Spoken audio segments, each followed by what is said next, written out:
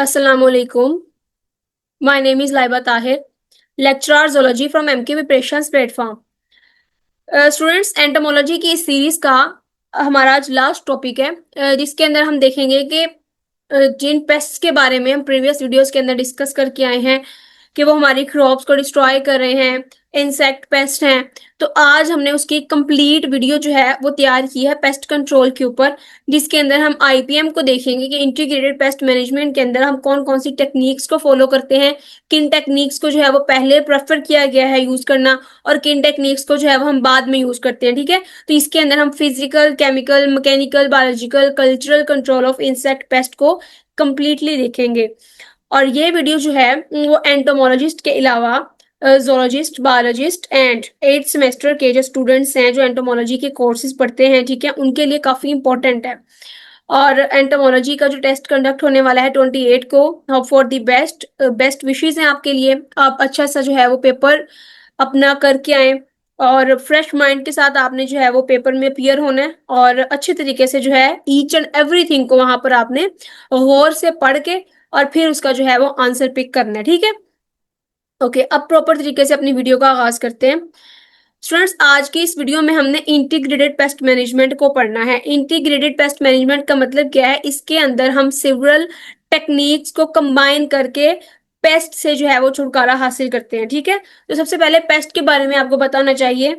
Paste में सिर्फ insects ही नहीं आते, हम एंटोमोलॉजी की फील्ड में है इसलिए हम जो है वो इंसेक्ट्स को ज्यादा प्रेफर करते हैं कि जो हमारी क्रॉप को इंसेक्ट्स अटैक करते हैं, हमारी क्रॉप को खराब करते हैं, उन इंसेक्ट्स को कंट्रोल करने के लिए हमने इस मैनेजमेंट को पढ़ना है। लेकिन ऐसा लिविंग ऑर्गेनिज्म जो मैन मेड थिंग्स को या ह्यूमन बींग्स को या उनकी क्रॉप्स को, उनकी बिलोंगिंग्स को खराब करता है, इकोनॉमिकल लॉस का जो है वो सबब बनता है, डैमेज क्रिएट करता है, उन सब चीजों को हम क्या बोलते हैं? ये हमारे पास पेस्ट हैं। उनके अंदर इनवर्टिब्रेट्स भी आ जाएंगे और वर्टिब्रेट्स भी आ जाएंगे। इनवर्टिब्रेट्स के अंदर हम जो है वो उनकी अभी एक क्लास को डिस्कस कर रहे हैं, इंसेक्ट्स को। लेकिन अनदर हमारे पास इतने ज्यादा इनवर्टिब्रेट्स हैं जिनके अंदर निमाटोड्स मौजूद हैं। उसके बाद each and every snails, different classes हैं इनवर्टिब्रेट्स की। वर्टिब्रेट्स की क्लासेस हैं, इसमें रैट्स आ जाते हैं, ठीक है, रोडेंट्स, सारे के सारे जो फसलों को खराब करते हैं। तो ये सारे क्या होंगे? पेस्ट होंगे जब ये डैमेज कॉज करने लग जाएंगे। हमने जो है वो एंटोमोलॉजी की फील्ड में रहने हैं, तो हमने इंसेक्ट पेस्ट को कंट्रोल करने के लिए ये सारे की सारी टेक्निक्स पढ़नी है। ठीक है, इंटीग्रेटेड पेस्ट मैनेजमेंट जो है वो एक कॉम्बिनेशन है biological, cultural and chemical practices का, जिसका मेन मकसद क्या है? कंट्रोल करना इंसेक्ट पेस्ट को एग्रीकल्चरल प्रोडक्शन के अंदर। वो वाले पेस्ट जो हमारी क्रॉप्स को नुकसान पहुंचा रहे हैं, हमने उनको कंट्रोल करना है इन प्रैक्टिसेस को यूज करके। ठीक है, इसके अंदर हम नेचुरल प्रीडेटर्स को, पैरासाइट्स को यूज करते हैं। नेचुरल प्रीडेटर्स क्या होते हैं? फॉर एग्जांपल हमारी फसल है, उसको एक कीड़ा लग गया है, ठीक है, उस कीड़े को खत्म करने के लिए उसका नेचर में ही एक प्रेडेटर मौजूद है जो उसके ऊपर फीड करता है। जिस तरह हम फूड चेन पढ़ते हैं ना कि एक चीज के ऊपर दूसरी चीज फीड कर रही है, दूसरी चीज के ऊपर तीसरी चीज फीड कर रही है। एक प्रे है तो दूसरा प्रेडेटर है, तो उस प्रेडेटर का, उस वो वाला जो प्रेडेटर है वो किसी दूसरे प्रेडेटर का जो है वो प्रे है। तो इस तरीके से नेचुरल प्रेडेटर्स मौजूद हैं जो नेचुरली आकर उनको किल कर देते हैं। हमारे पेस्ट से जो है फिर हमारी जान छूट जाती है, क्रॉप्स हमारी बच जाती है। ठीक है, और कुछ उनके पैरासाइट्स होते हैं। पैरासाइट्स का मतलब क्या होता है कि एक लिविंग ऑर्गेनिज्म जो है वो दूसरे ऑर्गेनिज्म के ऊपर रहता है, उसे फायदा भी लेता है और इनवर्स में उसको हार्म भी पहुंचाता है, तो उसके पैरासाइट्स होते हैं। तो नेचुरल प्रीडेटर्स और पैरासाइट्स को भी हम यूज करते हैं पेस्ट को कंट्रोल करने के लिए, using selective pesticides for backup only when pests are unable to be controlled by natural means.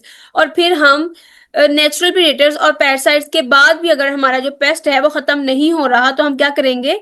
Pesticides को यूज करेंगे। पेस्टिसाइड्स क्या होते हैं? ये केमिकल कंट्रोल के अंदर आ जाएगा। हम केमिकल्स को यूज करके अपने पेस्ट को खत्म करेंगे, लेकिन ये सिर्फ उस केस में होगा उस जब हमने पहले सारे कल्चरल, मैकेनिकल, फिजिकल, नेचुरल सारे के सारे टेक्निक्स को यूज कर लिया, अभी भी हमारा जो पेस्ट है वो कंट्रोल में नहीं आ रहा, तो फिर हम जो है वो पेस्टिसाइड्स को यूज करेंगे। ठीक है, okay. IPM should not be confused with organic practices. It does not discourage spraying chemicals. It promotes spraying with selective pesticides only when the crop needs it which generally means the less pesticide is use.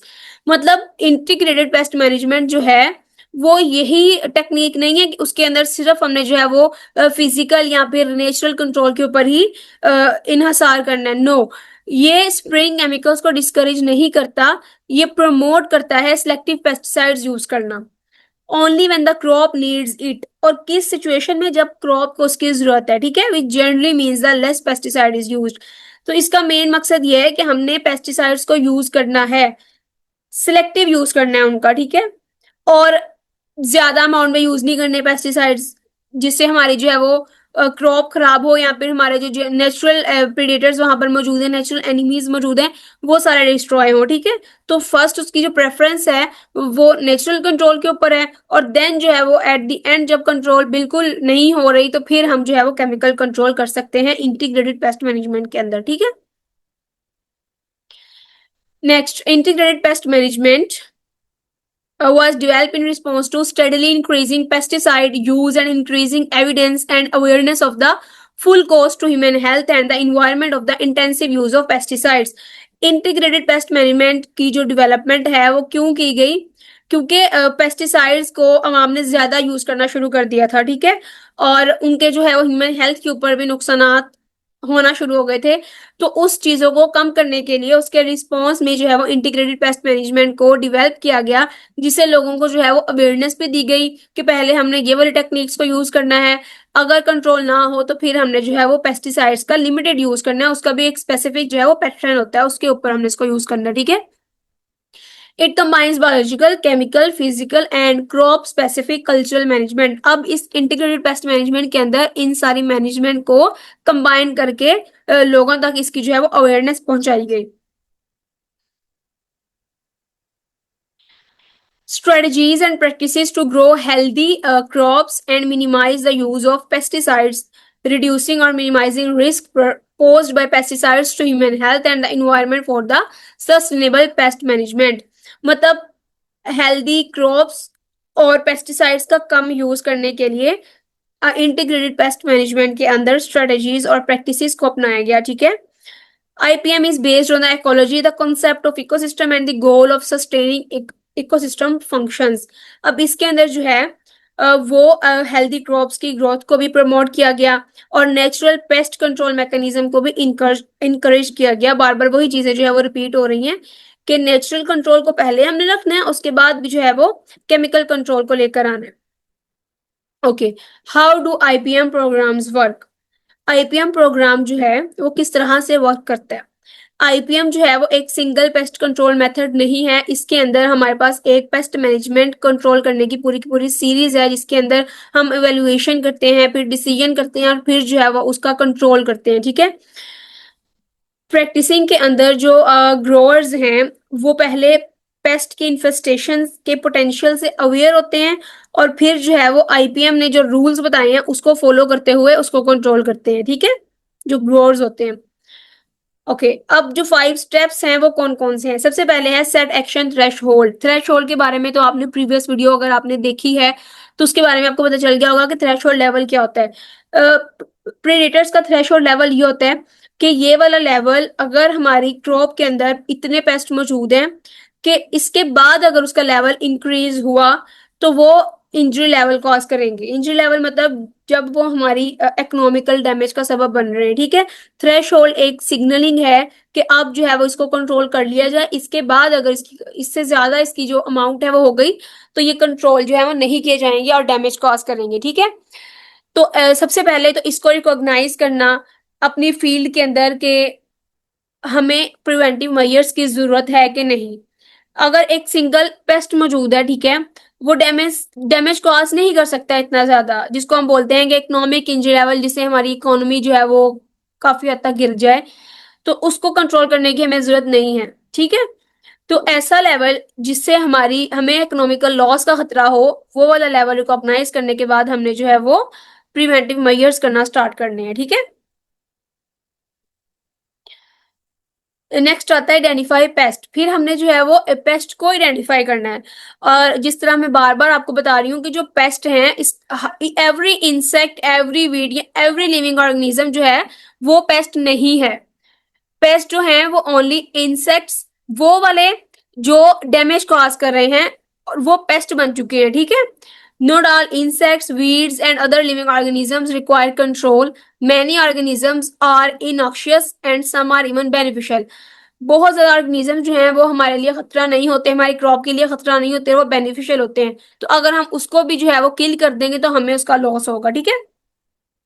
IPM programs work to monitor for pests and identify them accurately. IPM programme क्या करता है, paste को monitor करता है, उसको identify करता है, so then appropriate control decisions can be made in conjunction with action threshold. फिर जो है वो उसके ऊपर डिसीजन लिए जाते हैं कि अब इसको जो है वो कंट्रोल करने की जरूरत है, तो फिर उसको कंट्रोल किया जाता है। ये उसका सेकंड स्टेप था जिसके अंदर हमने अपने पेस्ट को आइडेंटिफाई करना है, ठीक है। देन आइडेंटिफाइंग इंक्लूड, अब आइडेंटिफाई के अंदर हमने क्या आइडेंटिफाई करना है पेस्ट का। सबसे पहले हमने देखना है कि वो जो पेस्ट हमारी क्रॉप को लगा है, जो डैमेज कॉज कर सकता है, उसकी लाइफ साइकिल क्या है, उसकी ग्रोथ स्टेजेस क्या हैं। अगर हमें इन चीजों के बारे में पता होगा तो हम इजीली जो है वो उसको उसके लाइफ साइकिल पर पकड़ सकते हैं, उसको वहां पे किल कर सकते हैं, उनकी ग्रोथ स्टेजेस पे जो है उनको इजीली पकड़ सकते हैं, ताकि ये ग्रो करके हम एडल्ट फॉर्म में कन्वर्ट होके या फिर लार्वल स्टेज उसकी इतनी ज्यादा बढ़ जाए कि वो हमारे सारे जो है वो लीव्स को या फिर हमारी क्रॉप्स को खत्म कर दे, ठीक है। So, this is important if the treatment only works for a short time or during certain stages of the pest life. अब हमें पता क्या क्या चीज के बारे में होना चाहिए पेस्ट की। Find when pest will be present, find what they eat, हमें ये सारा पता होना चाहिए कि जो पेस्ट है वो किधर प्रेजेंट होंगे, वो क्या फीड करते हैं, ठीक है। और the stages of life that are easiest to control, और उसकी लाइफ की कौन सी स्टेजेस हैं जिनको कंट्रोल करना ज्यादा आसान है, वो कहाँ पे छुपते हैं, उनके नेचुरल एनिमीज कौन से एग्जिस्ट करते हैं नेचर के अंदर। अगर हमने उसका नेचुरल कंट्रोल करना है तो हमें उस पेस्ट का पहले प्रेडेटर के बारे में पता होना चाहिए कि कौन सा एनिमल जो है वो इसका प्रेडेटर है, जो उसको हम इंट्रोड्यूस करवाएंगे। बायोलॉजिकल कंट्रोल के अंदर हम इसको डिटेल से पढ़ेंगे कि किस तरीके से हम जो है वो इंट्रोड्यूस करवाते हैं और कौन सी कैटेगरीज होती है, ठीक है। Okay, monitor paste. अब हमने जो है वो पेस्ट को क्या करना है, मॉनिटर करना है सबसे पहले। This monitoring and identification removes the possibility that pesticides will be used when they are not really needed और that the wrong kind of pesticide will be used.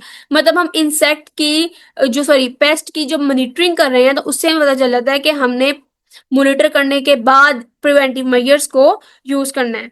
Pesticides को पहले यूज नहीं कर देना, या रॉन्ग काइंड की pesticide जो है वो यूज नहीं कर देनी, जिसकी वजह से हमारे बाकी सारे बेनिफिशियल इंसेक्ट्स जो यहाँ पे मौजूद हैं वो सारे किल हो जाएं, ठीक है। Establish monitoring guidelines for paste, scout for paste and assessing damage. हमें जो है वो पेस्ट को मॉनिटर करके फिर जो है उसका प्रिवेंटिव मेजर करना है, ठीक है। Monitoring can be use to, अब मॉनिटरिंग करके हमें जो है वो किन चीजों के बारे में पता चल जाएगा। Tell if pest are present and in what numbers. Monitoring करने के बाद पेस्ट हमें पता चल जाएगा पेस्ट कहाँ प्रेजेंट है, किस नंबर में प्रेजेंट है, पेस्ट का डैमेज क्या है, डिजीज के सिम्टम्स क्या हैं, ठीक है। फिर हमने जो है वो टेम्परेचर और ह्यूमिडिटी वेदर कंडीशंस को देखना है कि इस पेस्ट को कौन सा वेदर जो है फैसिलिटेट कर रहा है कि ये अपने नंबर को इंक्रीज कर रहे हैं और अपनी जो है वो लाइफ स्टेजेस को बढ़ा रहे हैं, ठीक है। Then look for the life stages of the pest that are most responsive to treatment. फिर हमने पेस्ट की वो लाइफ स्टेजेस को देखना है जिनको ट्रीटमेंट की जरूरत है, जिसको हम कंट्रोल अगर कर लेंगे तो हमारा जो है वो पेस्ट कंट्रोल में आ जाएगा, ठीक है। टेल द ग्रोथ स्टेज और health for a host plant और एनिमल, ठीक है। फिर हमने होस्ट प्लांट और एनिमल जिसके ऊपर इस पेस्ट ने अटैक किया उसकी ग्रोथ स्टेज और उसकी हेल्थ के बारे में भी इन्फॉर्म करना है कि उसके ऊपर कितने परसेंट डैमेज हो चुका है या होने वाला है, कितना वो बचा है पीछे, ठीक है। Okay, tell if beneficial organism are present in what number. फिर हमने ये बताना है कि वहां पे बेनिफिशियल ऑर्गेनिजम्स भी मौजूद है और उनका नंबर क्या है। Identify what can be changed to improve the effectiveness of the treatment और prevent future pest problems। फिर हमने वो आइडेंटिफिकेशन करनी है कि कौन सी चेंजिंग हमें इस फील्ड में करनी चाहिए जिससे हमें जो है वो ट्रीटमेंट में भी इफेक्टिवनेस मौजूद हो और नेक्स्ट फ्यूचर के अंदर भी पेस्ट जो है वो इसके ऊपर इतना अटैक ना करे, ठीक है। ओके, ये सारी आइडेंटिफिकेशन होने के बाद हमने प्रिवेंशन कैसे करनी है, प्रिवेंटिव मेजर्स हमने जो है इसके अंदर क्या करने हैं, ठीक है। First line of pest control के अंदर जो आईपीएम प्रोग्राम है वो वर्क करता है क्रॉप को मैनेज करने के लिए, लॉन्स वगैरह को, इंडोर स्पेस को, कि उसके ऊपर जो है वो पेस्ट अटैक ना करें, थ्रेटनिंग ना हो उसको किसी भी किस्म की, ठीक है। एग्रीकल्चरल क्रॉप के अंदर दिस में मीन यूजिंग कल्चरल मेथड्स, इसके अंदर हम कल्चरल मेथड्स को यूज करेंगे। कल्चरल का तो मीनिंग्स नेम से ही आपको पता चल रहा है कि ऐसे मेथड्स जो एक कदीम जमाने से जो है वो आपके कल्चर के अंदर शामिल हो चुके हैं।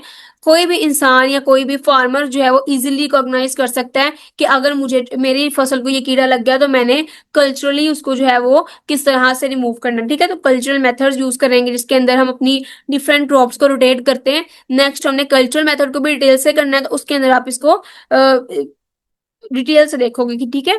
फिर हम जो है वो पेस्ट रेजिस्टेंट वैरायटीज को सिलेक्ट करते हैं, मतलब हम क्रॉप की ऐसी वैरायटी को सिलेक्ट करेंगे जो जेनेटिकली मॉडिफाइड है, ठीक है। हम कहते हैं ना कि जेनेटिक इंजीनियरिंग इतनी जो है वो बढ़ चुकी है, ईच एंड एवरीथिंग जो है वो जेनेटिकली मॉडिफाइड है, तो हमने वो वाली कैटेगरी की जो है वो क्रॉप यूज करनी है जो जेनेटिकली मॉडिफाइड है, उसके अंदर वो जीन्स नहीं है जो इजीली जो है वो पेस्ट को रिस्पॉन्स करते हैं या वो डैमेज हो जाते हैं। तो हमने वो वाले सिलेक्ट करने हैं पेस्ट रेजिस्टेंट वैरायटीज क्रॉप की, ठीक है। And planting pest free root stock और पेस्ट फ्री रूट स्टॉक को जो है वो प्लांट करना है इसके अंदर। ओके, these control methods can be very effective and cost efficient and present little to no risk to people or the environment। अब जो आईपीएम के ये वाले मेथड्स हैं जिसके अंदर हम कल्चरल नेचुरल मेथड्स को देख रहे हैं, तो इसमें हमारी हेल्थ को या इन्वायरमेंट को कोई खतरा नहीं है, ठीक है। You might choose disease resistant plant species to avoid some disease problems, तो इसके अंदर हम डिजीज रेजिस्टेंट प्लांट स्पीशी को ही चूज कर लेंगे कि उसके ऊपर अगर पेस्ट अटैक करता भी है तो वो इतना रिस्पॉन्ड नहीं देता, उससे डैमेज जो है वो नहीं होता, ठीक है। देन हम जो है वो सैनिटेशन कर सकते हैं अपने बिग पार्ट की प्रिवेंशन के लिए। सैनिटेशन का मतलब ये होता है कि हम सारी जो भी हमारी एरिया है उसको सैनिटाइज कर लें। सैनिटाइज मतलब उसको किसी न किसी केमिकल के साथ जो है वो अच्छे तरीके से साफ कर लें ताकि जो भी कोई माइक्रो ऑर्गेनिजम्स वहां पर मौजूद हैं, पेस्ट मौजूद हैं, वो रिमूव हो जाएंगे, ठीक है। And example would be cleaning a warehouse to deny food and water to rodents. फिर हमने जो है वो अपने वेयर हाउस को एग्जाम्पल के तौर पे, अगर हमारा एक वेयर हाउस है, हम चाह रहे हैं कि उसके अंदर रोडेंट्स ना आए, तो वहां पर हम फूड और वाटर को जो है वो खत्म कर देंगे, जिसको फीड करने के लिए वो चीजें आ रही हैं उसको खत्म कर देंगे, तो वो हम उससे जो है वो बच जाएंगे, ठीक है। ओके, नेक्स्ट अब हमारे पास रहता है कंट्रोल। पहले हमने प्रिवेंशंस कर ली। प्रिवेंशंस क्या होती हैं? प्रिवेंशंस होती हैं डैमेज होने से पहले की सारी एहतियाती तदाबीर, तदाबीर नहीं तदाबीर, ठीक है। और कंट्रोल क्या होता है कि अब एहतियाती तदाबीर के बाद अब हमारा जो है वो पेस्ट आ चुका है, वो डैमेज कॉज कर रहा है, तो अब हमने इसको कंट्रोल किस तरह से करना है, अब उसकी बात हम करने लगे, ठीक है। Once monitoring identification and action threshold indicate, ये सारी चीजें हम जो है वो इंडिकेट कर चुके हैं। पेस्ट कंट्रोल इज रिक्वायर्ड, अब हमें पता चल गया है कि पेस्ट कंट्रोल जरूरी हो चुका है एंड प्रिवेंटिव मेथड्स जो हैं वो इफेक्टिव नहीं है और अवेलेबल नहीं है। देन जो आईपीएम प्रोग्राम है वो क्या करता है, वो इफेक्टिवनेस और रिस्क को देखते हुए अपने जो है वो आप तौर तरीके बताएगा कि अब ये चीजें जो है वो आपको करनी चाहिए। सबसे पहले इफेक्टिव और लेस रिस्की पेस्ट कंट्रोल लेकर आएंगे, जो इफेक्टिव भी होगा और इसका जो है वो इतना रिस्क भी नहीं होगा हेल्थ के ऊपर, इन्वायरमेंट के ऊपर, ठीक है।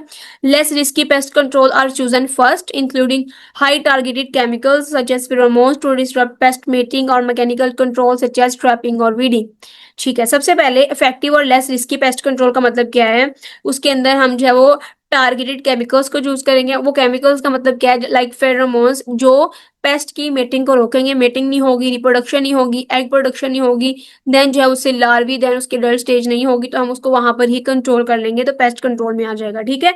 और मैकेनिकल कंट्रोल के अंदर क्या होता है कि हम जो है वो उसको जो पेस्ट आ चुका है उसको ट्रैप करेंगे, उसकी वीडिंग करेंगे। ये सारी चीजें जो है वो मैकेनिकल कंट्रोल के अंदर आती हैं, वो भी हम नेक्स्ट स्टडी करेंगे, ठीक है।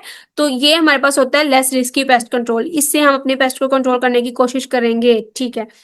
अब फर्दर मॉनिटरिंग आइडेंटिफिकेशन और एक्शन थ्रेशोल्ड से हमें पता चला कि जो लेस रिस्की कंट्रोल है वो भी काम नहीं कर रहा, तो फिर आईपीएम क्या पेश करेगा, एडिशनल पेस्ट कंट्रोल मेथड्स को पेश किया जाएगा कि अब इसको यूज करके अपने पेस्ट को जो है वो कंट्रोल में लेकर आए, जिसके अंदर क्या होगा, टारगेटेड स्प्रेइंग ऑफ पेस्टिसाइड्स।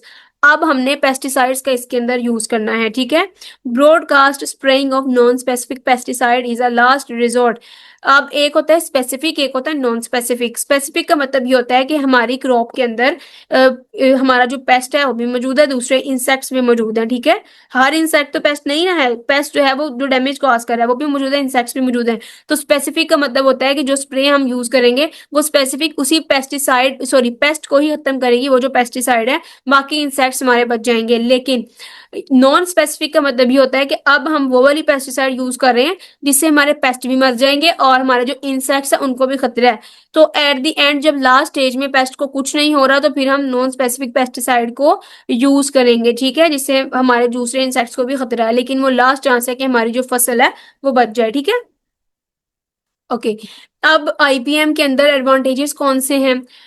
इसके अंदर हम पेस्ट की प्रॉब्लम को सॉल्व करने के लॉन्ग टर्म आंसर्स दे सकते हैं इसकी मदद से, आईपीएम की मदद से। इससे जो है वो हमारी इन्वायरमेंट भी प्रोटेक्ट होता है, ठीक है। इन्वायरमेंट को बचा सकते हैं, अपनी ह्यूमन हेल्थ को बचा सकते हैं कम पेस्टिसाइड्स का यूज करके।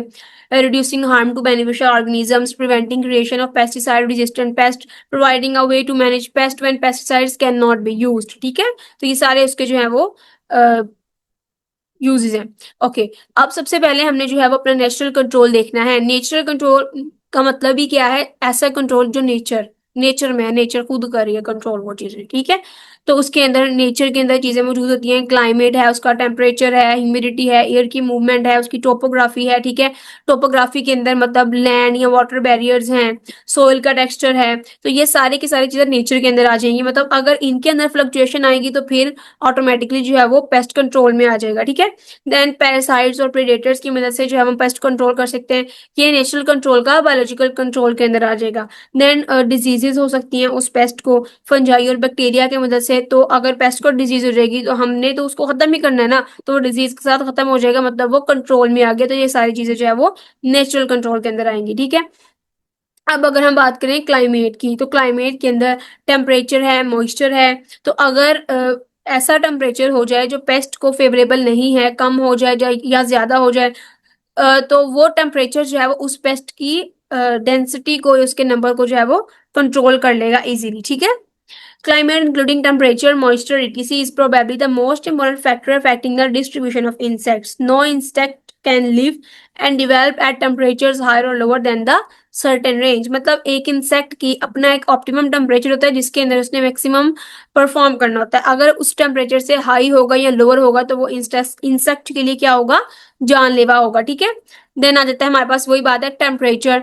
Temperature at which the development is most rapid is about midway of this range. At higher points, either high or lower, the development is proportionally slower. मतलब मिड वे का मतलब यह है कि हाई और लो के जो दरमियान वाला पोर्शन है, जो उसका लिए ऑप्टिमम टेम्परेचर है, उसमें ये जो है मैक्सिमम अपना काम परफॉर्म करेगा। कम और ज्यादा होने की वजह से उसकी जो डेवलपमेंट है वो स्लो हो जाएगी, ठीक है। Then winds may occur some insects for considerable distances and they may also bring moisture from large bodies of water or in other localities have drying effect, ठीक है। तो winds जो है वो इंसेक्ट्स को एक जगह से दूसरी जगह ले जाएंगी जिसके अंदर मॉइस्चर के अंदर फ्लक्चुएशंस आएंगी, तो उसके लिए हार्मफुल होगा। Then sunshine has much to do with insect flight, hence with the spread of insects. Sunshine का भी जो है वो उनकी फ्लाइट के अंदर काफी हद तक रोल है। देन माउंटेन रेंजेस हैं, लार्ज बॉडीज ऑफ वाटर्स हैं, are more or less effective barriers to the spread of animals and plants. Not only do mountains, oceans, climate, and plant life control the size and distribution of insect populations, but insect parasites, birds, various diseases, that is, etc., are vital factors in limiting the number of insects. मतलब ये कि mountain ranges और ये large bodies of waters के अलावा oceans, climate और plant life भी जो है वो इंसेक्ट्स की डिस्ट्रीब्यूशन को कंट्रोल कर सकती है। उसके बाद पैरासाइट्स हैं, बर्ड्स हैं और वेरियस डिजीजेस भी इंसेक्ट्स के नंबर का एक लिमिटिंग फैक्टर है। लिमिटिंग फैक्टर मतलब इसके इनके लग जाने के बाद अब वो ग्रो नहीं कर सकता, ठीक है।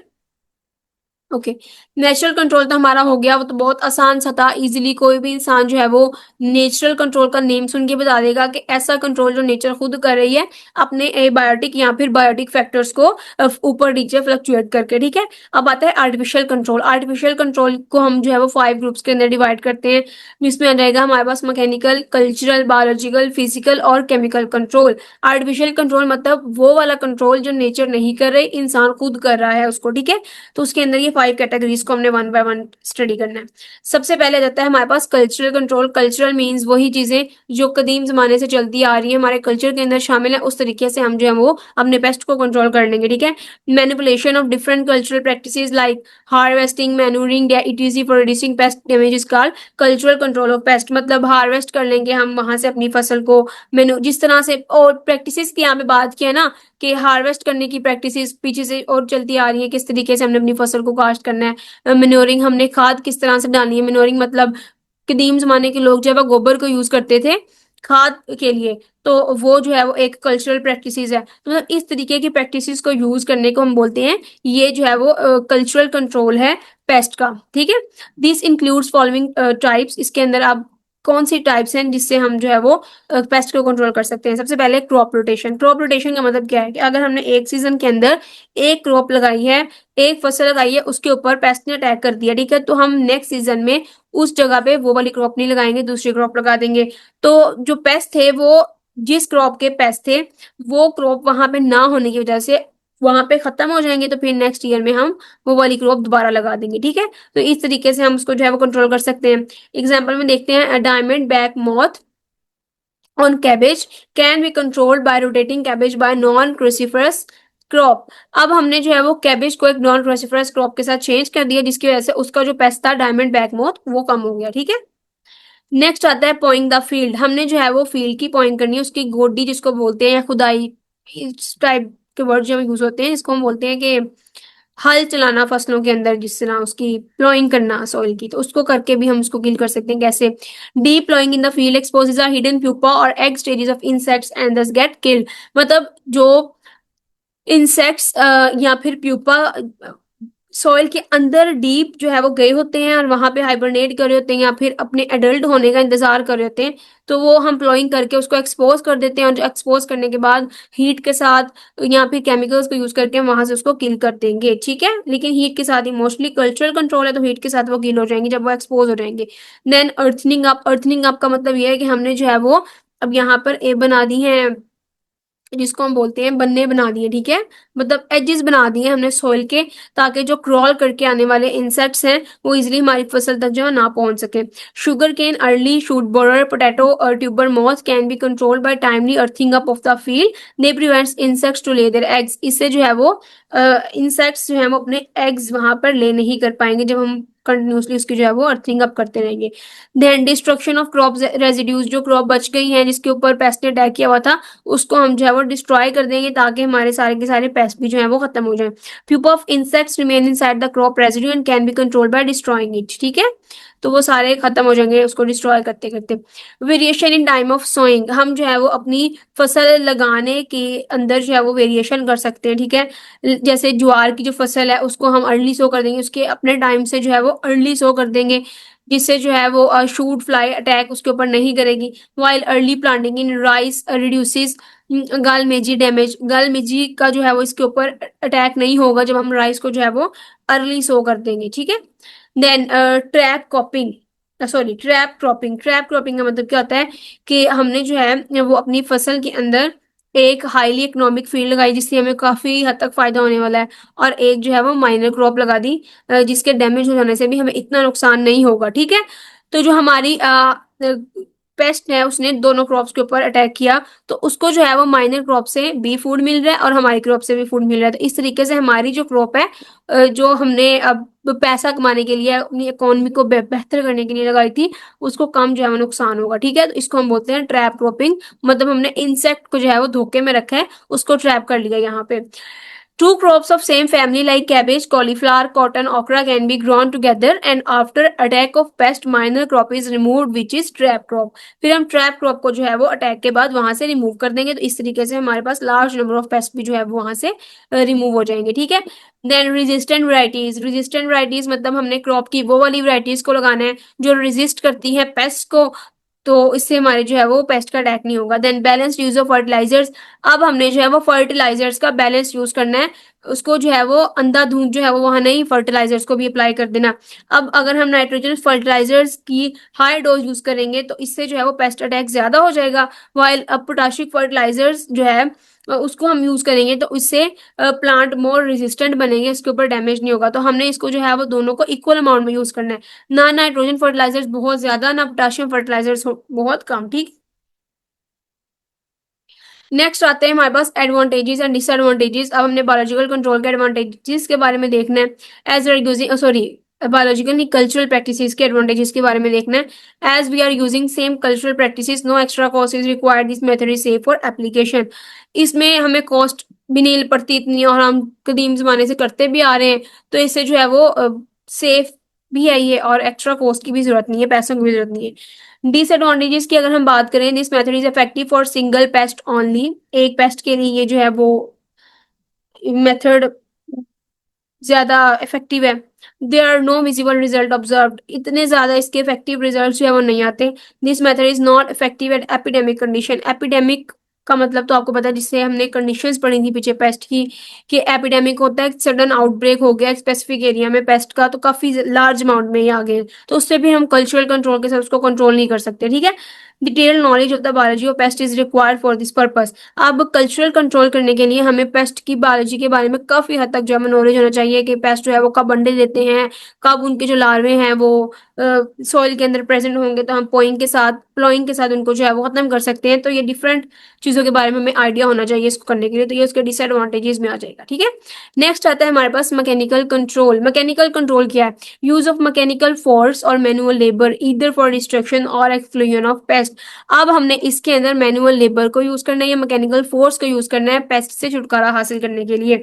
Mechanical methods in pest management के अंदर life stages of pest are killed by mechanical force और मैनुअल लेबर। तो हम पेस्ट की सबसे पहले लाइफ स्टेजेस के बारे में देखेंगे, कि उसके अंदर जो है वो एग फॉर्मेशन, एग के बाद लार्वा एंड देन प्यूपा, ये सारी की सारी चीजें जो है वो किधर किधर प्रेजेंट होती हैं, और वहां पे जाके हम जो है वो मैनुअली या फिर मैकेनिकल फोर्स के साथ उसको जो है वो किल कर देंगे। इसका गोल क्या है? सबसे पहले एक्सक्लूजन करना, जो पेस्ट है उनको बाहर निकालना, डिस्ट्रॉय करना उनको, देन फिर उन सारे पेस्ट को अपनी फील्ड से जो है वो रिमूव कर देना, ठीक है।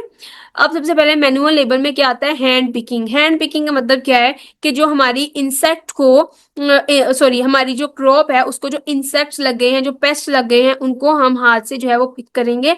हाथ से पिक करने के बाद उसको जो है वो रिमूव कर देंगे। तो ये मैनुअल लेबर में आ जाएगा, इंसान खुद जो है वहां पे मजदूर लगाकर ये सारा काम जो है वो मैनुअली करवा रहा है, ठीक है। लार्ज साइज्ड इमेच्योर और मेच्योर स्टेजेस ऑफ इंसेक्ट्स हम वहां से रिमूव कर सकते हैं। Egg masses of paddy stem borer and groundnut hairy caterpillar, इनको हम रिमूव कर सकते हैं। Early stages of Spodoptera, litura and hairy caterpillars are easily located by their typical damage symptoms. और फिर हम डैमेज सिम्टम्स को रिकॉग्नाइज करके इन चीजों को आइडेंटिफाई कर लेंगे, और वहां से उसको जो है वो हैंड पिक्ड कर लेंगे, ठीक है। नेक्स्ट आता है हुकिंग। हुकिंग का मतलब यह है कि हम इंसेक्ट्स के अंदर इंसेक्ट्स को on with the help of hook जो है वो रिमूव करेंगे ट्रीज, या फिर जो जिस भी क्रॉप को हमारा जो है इंसेक्ट लगा, इसके एग्जांपल में है extraction of the adult rhinoceros beetle from the crown of the coconut trees using an arrow headed rod या फिर हुक। ये रॉड जो है यहाँ पे शो करवाया गया, इस रॉड की मदद से हम इस बीटल को जो है वो कोकोनट ट्रीज के ऊपर से रिमूव कर सकते हैं, ठीक है। नेक्स्ट आता है हमारे पास स्वेटिंग। ये हुकिंग का पीछे वाली स्लाइड का ही आ गया इसके ऊपर, लेकिन ये हमारे पास आता है स्वेटिंग। स्वेटिंग का मतलब है हम स्वेट की मदद से जो है वो इंसेक्ट्स को मार रहे हैं, ये भी एक मैनुअल लेबर के अंदर आ जाएगा, ठीक है। नेक्स्ट आता है हमारे पास शिफ्टिंग। शिफ्टिंग के अंदर हम जो है वो सॉइल को लेते हैं, ठीक है, और सॉइल को जो है वो छानते हैं, शिफ्ट करते हैं उसको, छान कर सॉइल को अलग कर लेंगे, और पेस्ट जो उसके अंदर होंगे इंसेक्ट्स उनको अलग कर लेंगे, और वहां से फिर उसको जो है वो डिस्ट्रॉय कर देंगे, ठीक है। नेक्स्ट आता है हमारे पास शेकिंग प्लांट्स। प्लांट्स को शेक करना। यहाँ पे हम क्या करेंगे, जो प्लांट जिसके ऊपर हमें बताया कि पेस्ट लग गए हैं, उस एरिया के नीचे हम कपड़ा बिछा के उस प्लांट को अच्छे से क्या करेंगे, शेक करेंगे, सारे के सारे इंसेक्ट्स नीचे गिर जाएंगे, और वहां से इंसेक्ट्स को कलेक्ट करके हम उसको क्या कर देंगे, डिस्ट्रॉय कर देंगे, ठीक है। तो ये भी एक मैनुअल लेबर है।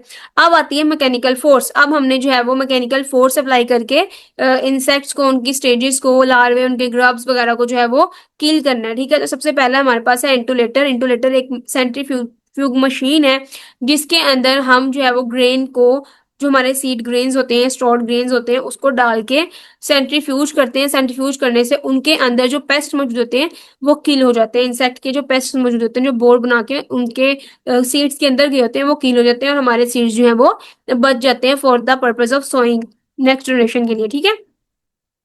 नेक्स्ट आता है हमारे पास हॉप डोजर। हॉप डोजर का मतलब क्या है कि आप इसने जो है वो, जैसे बुलडोजर का काम होता है कि वो सोइल के ऊपर चलेगा और वहां से जो है वो मिट्टी को खोद देगा और उसके अंदर जो निम्स वगैरह होंगे उसको जो है हम किल कर देंगे। ठीक है। नेक्स्ट आता है डिलेज इम्प्लीमेंट्स। डिलेज इम्प्लीमेंट्स भी जो है वो मशीन्स की मदद से हम अपने सॉइल के अंदर जो इंसेक्ट्स, उनके लार्वे, उनके एग्स जो हैं, सॉइल बॉर्न इंसेक्ट्स जो मौजूद है उनको हम किल कर देते हैं। ठीक है। ओके। नेक्स्ट आता है जी मैकेनिकल बैरियर्स। अब जो है वो हम मैकेनिकल बैरियर्स को यूज करके पेस्ट को कंट्रोल करेंगे। वो किस तरह से? सबसे पहले हम क्या करेंगे? बेंडिंग करेंगे। बेंडिंग का मतलब क्या होता है? हम अपने ट्रीज के ऊपर जो है वो पॉलीथीन शीट को पहले अच्छे तरीके से उससे कवर करेंगे और पॉलीथीन शीट के ऊपर ग्रीस लगा देंगे। ठीक है। तो जो इंसेक्ट्स होंगे वो यहाँ से शूट से होकर, ट्रंक से होकर जो है वो उसके लीव्स तक जाएंगे, डैमेज कॉज करेंगे। तो जिस तरह से जो इंसेक्ट्स यहाँ से गुजरेंगे, ग्रीस के साथ अटैच होंगे, सारे के सारे इधर जो है वो चिपक जाएंगे। उसके बाद हम उसको यहाँ से ट्रैप करेंगे, पकड़ेंगे और उसको डिस्ट्रॉय कर देंगे। ठीक है। तो ये जो होती है बेंडिंग, जिसमें हम ग्रीस और पॉलिथीन शीट को यूज करते हैं मैंगो बिली मिलीबग पेस्ट को पकड़ने के लिए। देन आती है रैपिंग। रैपिंग का मतलब क्या होता है कि अब जो हमारे फ्रूट्स हैं या जो हमारी बेनिफिशियल थिंग्स जैसे एप्पल है, तो एप्पल के फ्रूट्स को हम उनके ट्री के ऊपर ही रैप कर देंगे ताकि इस इंसेक्ट उसके ऊपर जो है वो अटैक ना करें। Covering the fruit with perforated polybags to control pomegranate fruit border and cloth bag to control fruit pests of grapevine। तो इस तरीके से जो है वो हम उसको रैप करके पेस्ट से बचा लेंगे। देन कवरिंग मटेरियल को यूज करेंगे red earth coating on red gram grains to control pulse beetle. Then netting का यूज करेंगे mosquito control in house and vector control in greenhouse. मतलब हम नेट्स लगा के अपनी जो है वो फसल को कंट्रोल कर लेंगे, पेस्ट को कंट्रोल कर लेंगे, फसल के ऊपर अटैक ना करे। देन आती है जी ट्रेंचिंग। ट्रेंचिंग का मतलब क्या होता है? अब हमने जो है वो इस तरह से बैरियर्स बना दिए हैं, उसके अंदर से जो सोइल है उसको खोद लिया है, तो इस प्रोसेस को हम क्या बोलते हैं? ट्रेंचिंग। जैसे यहाँ पर जो है वो दिखाई जा रही है। The crawling herds of army worms are supported by constructing deep furrows around fields against their marching ways, that is red hairy caterpillars. मतलब जो आर्मी वर्म्स हैं वो क्रॉल करते हुए जाते हैं, तो फिर उनकी जो क्रॉलिंग का प्रोसेस है वो ये काम करने से स्टॉप हो जाएगा, तो पेस्ट कंट्रोल में आ जाएंगे। ठीक है। देन आता है वाटर बैरियर्स। हम जो है वो अपनी क्रॉप को वाटर के अंदर रखेंगे, उसके इर्द गिर्द जो है वाटर बैरियर्स लगा देंगे। वाटर बैरियर्स लगाने का ये फायदा होगा कि जो इंसेक्ट्स जो हैं वो सॉइल बॉर्न इंसेक्ट्स होंगे, वो पानी के अंदर जाकर डिस्ट्रॉय हो जाएंगे और नॉन फंक्शनल हो जाएंगे, फिर वो फंक्शन कॉज नहीं कर सकेंगे। ठीक है। देन आता है टीम बैरियर। टीम बैरियर में क्या होगा? Metallic sheet fixed around tree Trunks in coconut for rate control. अब टीम बैरियर जो है वो हम जो पीछे कंडीशन पढ़कर आए हैं, जिसके अंदर हमने जो है वो बेंडिंग का प्रोसेस पढ़ा। बेंडिंग के अंदर हम क्या करते थे? पहले हम पॉलीथीन शीट चलाते थे, इसके ऊपर ग्रीस लगाते थे, इसके ऊपर से अगर जो है वो इंसेक्ट गुजरता था तो सारा चिपक जाता था और हम उसको पकड़ लेते थे। लेकिन टीम बैरियर के अंदर जो है वो हम रेट्स वगैरह को पकड़ने के लिए मेटेलिक शीट को फिक्स करते हैं ट्री ट्रंक्स के ऊपर। ठीक है। ताकि रेट्स को वहां से पकड़ा जा सके। ठीक है। इलेक्ट्रिक फेंसिंग का मतलब क्या है कि हमने जो है वो सारी इलेक्ट्रिक फेंसिंग मतलब बाड़ लगा देनी है बिजली की, जिससे जो है वो रैट्स वगैरह या वाइल्ड एनिमल्स जो है वो हमारी फील्ड के अंदर घुस ना सके, इलेक्ट्रिक शॉक के साथ जो है वो किल हो जाए या मर जाए। ठीक है। ओके। नेक्स्ट आता है जी मैकेनिकल ट्रैप्स। मैकेनिकल ट्रैप्स के अंदर हम क्या करेंगे? हम जो है वो adhesive traps, फिरोमोन traps, light traps या फिर पिटफॉल ट्रैप्स को यूज करेंगे। एडहेसिव ट्रैप्स मतलब वो चिपका के इंसेक्ट्स को वहां से किल कर देंगे। देन फेरोमोन्स मतलब इस तरह की फ्रेग्रेंसेस जो है वहां से हम वहां जनरेट करेंगे, जिसको सूंघकर इंसेक्ट्स उधर पाएंगे, वहां से हम उसको किल कर देंगे। Then light trap and pitfall traps को भी हम जो है इसके अंदर यूज करते हैं। ठीक है। नेक्स्ट आता है जी हमारे पास biological control of insect pest. अब हमने जो है वो अपने पेस्ट को बायोलॉजिकली कंट्रोल करना है। और बायोलॉजिकल कंट्रोल का मतलब मैंने आपको पहले भी बताया था कि इस तरह का कंट्रोल जिसके अंदर हमने लिविंग ऑर्गेनिजम्स को यूज करना है अपने पेस्ट को कंट्रोल करने के लिए। और लिविंग ऑर्गेनिजम्स का मतलब यह है कि हम उसके अंदर जो प्रेडेटर्स को या पेरेस्टॉइड्स को या पैरासाइट्स को या पैथोजेंस को यूज करके ही पेस्ट को कंट्रोल कर सकते हैं। ठीक है। Biological control is the beneficial action of parasites, pathogens, and predators in managing pests and their damage. Pests are organisms that cause economic damage. Pest कौन से organisms होते हैं जो economic damage cause करते हैं? Damage is monetary value lost to the community as a result of injury by the pest. So biocontrol provided by these living organisms collectively called natural enemies. तो in living organisms जो biocontrol provide करें उनको हम क्या बोलते हैं? Natural enemies बोलते हैं. Specially important for reducing the number of paste, insects and mites. ठीक है, इसको कंट्रोल करने के लिए नेचुरल एनिमीज को हम यूज करते हैं. इसके अंदर प्रीडेटर्स आ जाएंगे, पैरासाइट्स आ जाएंगे, पैथोजेंस आ जाएंगे इंसेक्ट पेस्ट को कंट्रोल करने के लिए. एडवांटेजेस की अगर हम बात करें तो उसके अंदर हम क्या करते हैं? Reunites pest with their natural enemies. अगर हमारी क्रॉप के अंदर कोई पेस्ट मौजूद है तो उसका नेचुरल एनिमी वहां पर प्रेजेंट नहीं है तो हम वहां पर नेचुरल एनिमी की जो है वो इंट्रोडक्शन करवाएंगे और पेस्ट को खत्म करेंगे. Then useful in agriculture, landscape, gardens, forest, rangelands, nurseries, homes and stored food products, इन सब जगहों पर जो है हम बायोलॉजिकल कंट्रोल को यूज कर सकते हैं. ये एक इन्वायरमेंट फ्रेंडली अप्रोच है और कॉस्ट इफेक्टिव है और सेल्फ सस्टेनिंग है, मतलब ये पायदार अप्रोच होगी. ठीक है, ओके. अब बायोलॉजिकल कंट्रोल के अंदर जो है वो 3 टाइप्स है उसकी: इंपोर्टेशन और introduction, augmentation and then conservation. इसको हम स्टेप्स बोल सकते हैं कि इस तरीके से जो है हम उसको कंट्रोल कर सकते हैं. सबसे पहले इंपोर्टेशन. इंपोर्ट का मतलब भी आपको पता है एक जगह से दूसरी जगह किसी चीज को लेकर आना, और इंट्रोडक्शन या इंट्रोड्यूस करवाना कि एक जगह एक एरिया को किसी दूसरे ऑर्गेनिज्म के साथ क्या करवाना? इंट्रोड्यूस करवाना. ठीक है, so importation of natural enemies are called as classical biological control. Importation को जो है हम एक क्लासिकल बायोलॉजिकल कंट्रोल भी बोलते हैं. इसके अंदर हम क्या करते हैं? हम जो है वो एग्जॉटिक ओरिजिन से, एग्जॉटिक ओरिजिन का मतलब यह है कि वो उस एरिया का नेटिव नहीं है, हमने वहां से जो है वो एग्जॉटिक ओरिजिन से एक पेस्ट का नेचुरल एनिमी जो है वो ले लिया. Used when a pest of exotic origin is the target of the biocontrol programme, then pests are constantly being imported into countries where they are not native, especially either accidentally or in some cases intentionally. फिर हमने जो है वो क्या करवा दिया? Paste को control करने के लिए उसका जो नेचुरल एनिमी है उसको इंपोर्ट करवा लिया किसी दूसरी जगह से. Many of these introductions do not result in establishment और if they do the organisms may not become pest. ठीक है, अब एक पेस्ट को कंट्रोल करने के लिए हम दूसरे इंसेक्ट को लेकर आ रहे हैं, नेचुरल एनिमी को लेकर आ रहे हैं, तो मोस्टली जो है वो इस एनवायरमेंट में आके एडजस्ट हो जाता है और पेस्ट नहीं बनता. लेकिन अगर जो ये पेस्ट जो है, जो सॉरी नेचुरल एनिमी हम लेकर आ रहे हैं, वो इन्वायरमेंट को जो है वो बिल्कुल भी सूटेबल ना हो, ठीक है, उसके साथ एडजस्ट ना हो, यहाँ उसको जो है वो अपना पेस्ट वहां पर मौजूद ना मिले, तो फिर जो है वो आपकी फील्ड के लिए पेस्ट भी बन सकता है, आपका जो नेचुरल एनिमी आप इंट्रोड्यूस करवा रहे हो. ठीक है, तो ये बात यहाँ पे लिखी हुई है कि it is uncommon for some of these introduced organisms to become pest due to the lack of natural enemies to suppress their population.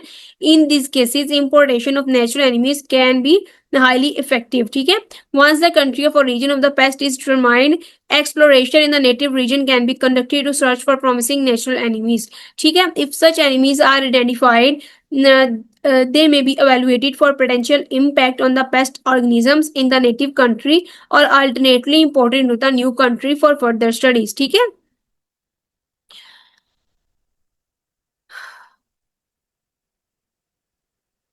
Next आता है जी हमारे पास ऑगमेंटेशन. ऑगमेंटेशन का मतलब क्या है?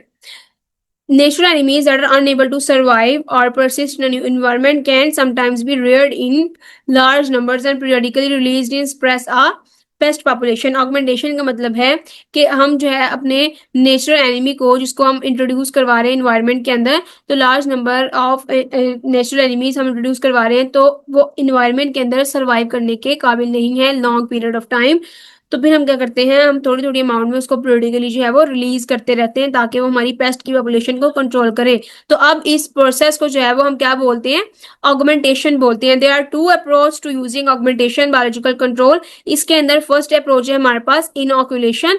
इनऑकुलेशन के अंदर हम क्या करते हैं? Small number of beneficial species are release in several critical locations to suppress local pest outbreaks and inoculative release. इसके अंदर हम बेनिफिशियल स्पीशीज को क्या करते हैं? स्मॉल नंबर के अंदर रिलीज करते हैं और स्पेसिफिक लोकेशंस के अंदर, ताकि जो है वो लोकल पेस्ट की आउटब्रेक को सप्रेस कर दे. ठीक है, उसके ऊपर फीड करे, उसको खत्म कर दे. It can be used as preventive measure to provide long term control. Long term control करने के लिए हम इसको जो है वो यूज करते हैं, keep paste population from reaching excessive numbers, और पेस्ट की पॉपुलेशन को जो है वो एक्सेस नंबर तक पहुंचने से ये रोकते हैं।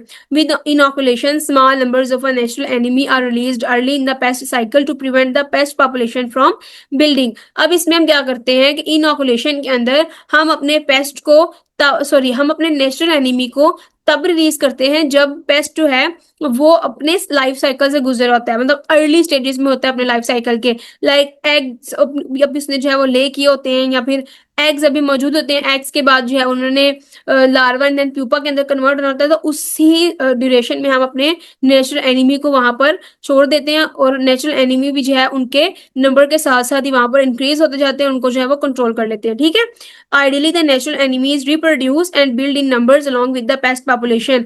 नेचुरल एनिमीज भी क्या करते रहते हैं, रिप्रोड्यूस करते रहते हैं और अपने नंबर को जो है वो इंक्रीज करते रहते हैं पेस्ट पॉपुलेशन के साथ, to provide continued control throughout the season. तो थ्रू आउट द सीजन जो है वो एक कंटिन्यूड हमें जो कंट्रोल है हमारे पेस्ट के ऊपर वो नेचुरल एनिमी से मिलता रहता है। ठीक है, नेक्स्ट आता है हमारे पास इनंडेटिव कंट्रोल रिलीज। इसके अंदर हम क्या करते हैं, हम एक सिंगल लोकेशन के ऊपर large number of natural enemies को जो है वो रिलीज कर देते हैं, क्या करने के लिए, पेस्ट की पॉपुलेशन को कंट्रोल करने के लिए। ठीक है, augmentation can also be used to rid a pest outbreak by overwhelming a pest with the sudden introduction of large number of predators. This approach is called inundation and involves the mass release of large number of natural enemies to provide a quick knockdown effect of the population, best population। ठीक है,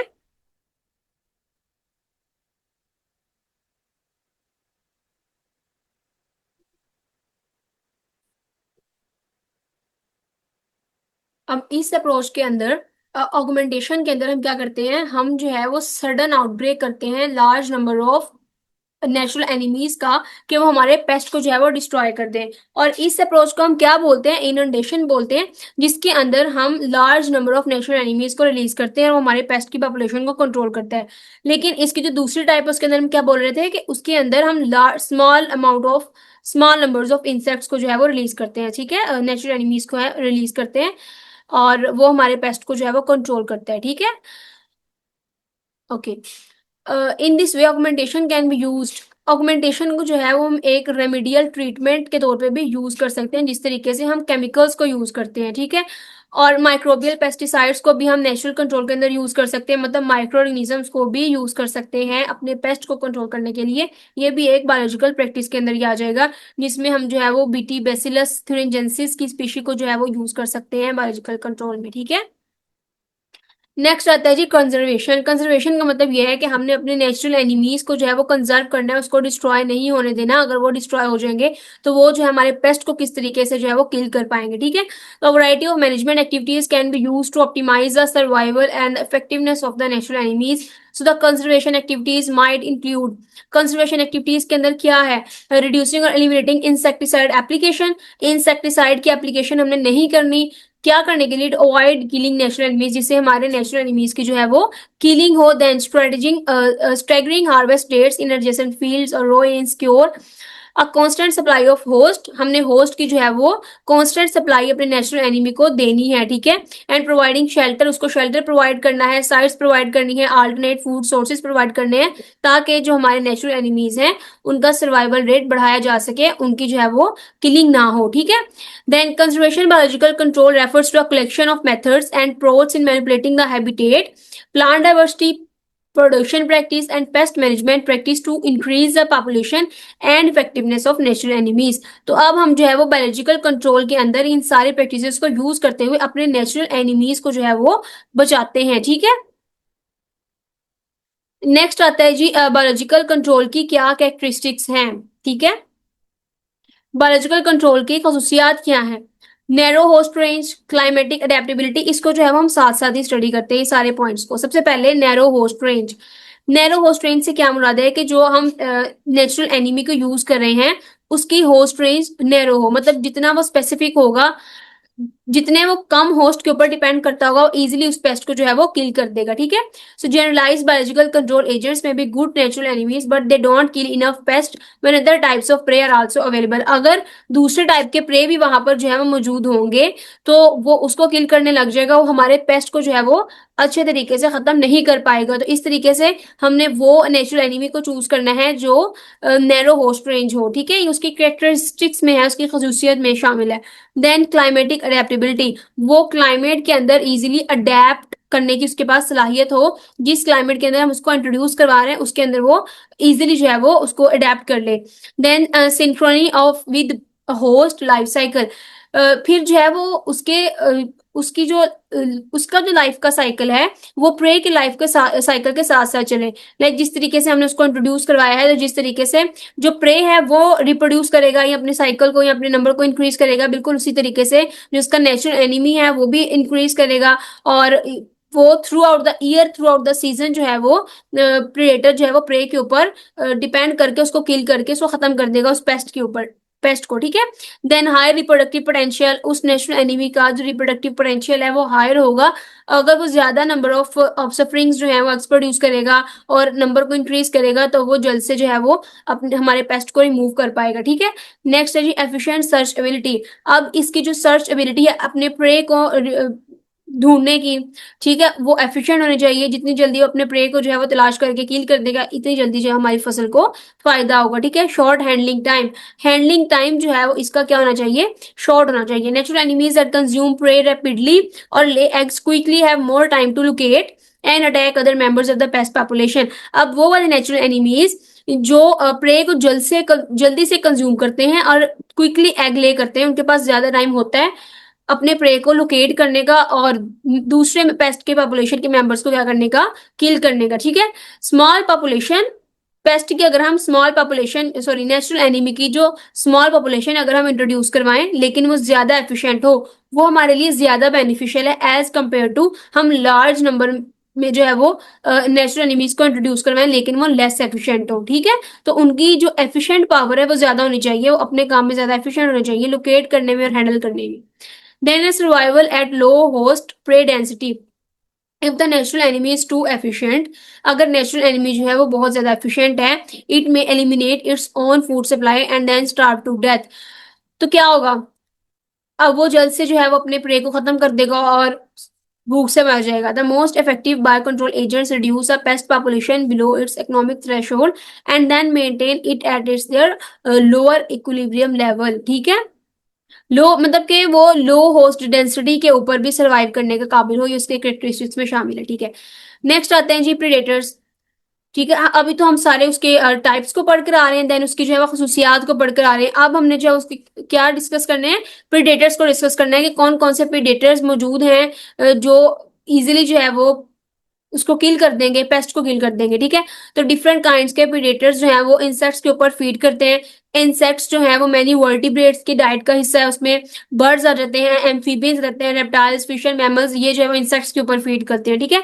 then insectivorous vertebrates हैं जो usually मतलब अमूमन feed करते हैं insect species के ऊपर और उनका जो फोकस होता है वो इन्हीं के ऊपर ज्यादा होता है क्योंकि वो इंसेक्टिवोरस वर्टिब्रेट्स होते हैं। देन इंसेक्ट्स और कुछ अदर आर्थ्रोपोड प्रीडेटर्स हैं, उनको हम बायोलॉजिकल कंट्रोल के अंदर यूज करते हैं because they feed on small range of prey species and because arthropod predators with their short life cycle may fluctuate in population density in response to changes in density of their prey. तो इस तरीके से arthropod की जो density है वो pray की density के साथ जो है वो फ्लक्चुएट करती रहती है, तो हम इसको जो है वो as a natural enemy use कर सकते हैं। देन इंपॉर्टेंट इंसेक्ट प्रीडेटर्स जिनके अंदर आ जाते हैं हमारे पास lady beetle, ground beetle, rock beetle, उसके बाद फ्लावर बग्स हैं, अदर प्रीडेटरी ट्रू बग्स हैं, लेस विंग्स हैं, होवर फ्लाइज हैं। तो ये सारे के सारे क्या है, इंसेक्ट प्रीडेटर्स हैं, उनके ऊपर उनका शिकार करके उनको खत्म करते हैं। देन स्पाइडर्स एंड कुछ फैमिलीज हैं माइट्स की, वो भी प्रीडेटर्स हैं इंसेक्ट्स के, paste species of mites and other arthropods, ठीक है। तो इस तरीके से आपने प्रीडेटर्स याद करने। अब यहाँ पर इंसेक्ट्स की जो है वो प्रीडेटर्स की स्पीशीज लिखी हुई है जो प्रीडेटरी हैं, प्रीडेटरी नेचर है, दूसरे इंसेक्ट्स के ऊपर जो है वो फीड करते हैं, जिस तरीके से ड्रैगन फ्लाई है, लेसविंग्स हैं, बीटल्स हैं, फ्लाइज हैं, देन ट्रू बग्स हैं, आंट्स एंड वेस्प्स हैं, थ्रिप्स हैं और मेंटिड्स हैं। तो ये सारे प्रीडेटर्स आप लोगों ने अच्छे से पढ़ लेने। देन आते हैं जी पैरासिटॉइड्स। पैरासिटॉइड्स क्या होते हैं? पैरासिटॉइड्स इस तरह के इंसेक्ट्स होते हैं जो अपनी इमेच्योर स्टेजेस के अंदर सिंगल हो इंसेक्ट होस्ट के अंदर ही उसके ऊपर डिपेंड करते हैं, ठीक है, क्योंकि वो खुद से तो खुराक नहीं ना बना सकते, तो वो उनकी नेचर जो है वो पैरासाइट वाली होती है। लेकिन पैरासिटाइड के होते हैं वो अपने होस्ट को किल कर देते हैं। जो पैरासाइट है वो अपने होस्ट पे रहता है, ठीक है, उससे फायदा लेता है लेकिन उसको नुकसान पहुंचाता है। लेकिन पैरासिटॉइड क्या है? ये इस तरह की मेच्योर स्टेजेस हैं जो इंसेक्ट होस्ट के ऊपर रहेंगी और अल्टीमेटली जो है वो उसको किल ही कर देंगी, ठीक है।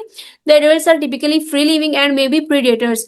ये इनके जो एडल्ट्स हैं वो फ्री लिविंग और प्रीडेटर्स होते हैं। अब फॉर एग्जांपल इस तरह के पैरासिटॉइड्स हमारे इन पेस्ट को लग जाए, जो हमारी क्रॉप को पेस्ट लगे हुए हैं उसके ऊपर ये पैरासिटॉइड्स अटैक कर दें, तो इससे हमें फायदा होगा किस तरह से कि वो उसको किल कर देंगे, खत्म कर देंगे बिल्कुल, ठीक है। They may also feed on other resources such as honeydew, plant nectar और pollen.